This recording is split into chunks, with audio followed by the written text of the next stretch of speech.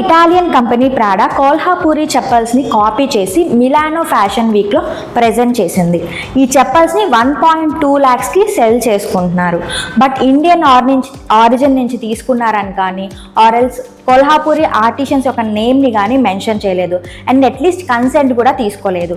దీన్ని cultural appropriation అంటాము. It means అన్అక్నాలెడ్జ్మెంట్ అని అర్థం.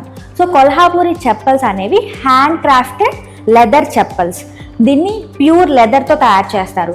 From cow or buffalo or else sometimes goat leather నుంచి తీసుకొని దీన్ని తయారు చేయడం జరుగుతుంది. ఇందులో ఎలాంటి ఐరన్ నెయిల్స్ని కానీ ఆర్టిఫిషియల్ సింథటిక్ ఫైబర్స్ని కానీ యూజ్ చేయరు. సో దీనికి durability and cost effective and long time దీన్ని యూస్ చేసుకోవచ్చు. లైక్ ఇది 3 to 5 years వరకు దీనికి డ్యూరబిలిటీ ఉంటుంది. 5 years వరకు మనం యూస్ చేసుకోవచ్చు. సో ఇండియాలో దీన్ని 300 నుంచి 1000 రూపీస్ లోపలే సెల్ చేస్తున్నారనమాట. ఈ కొల్హాపూరి చెప్పల్స్ అనేవి మహారాష్ట్రలోంచి కొల్హాపూర్ అండ్ కర్ణాటకలోని కొన్ని డిస్ట్రిక్ట్స్లో ఉన్న ఆర్టిషన్స్ దీన్ని తయారు చేస్తారు. సో దీనికి 2019లో GI ట్యాగ్ అనేది వచ్చింది.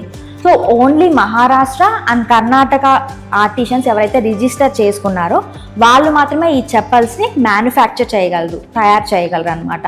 అసలు GI ట్యాగ్ అంటే ఏంటి?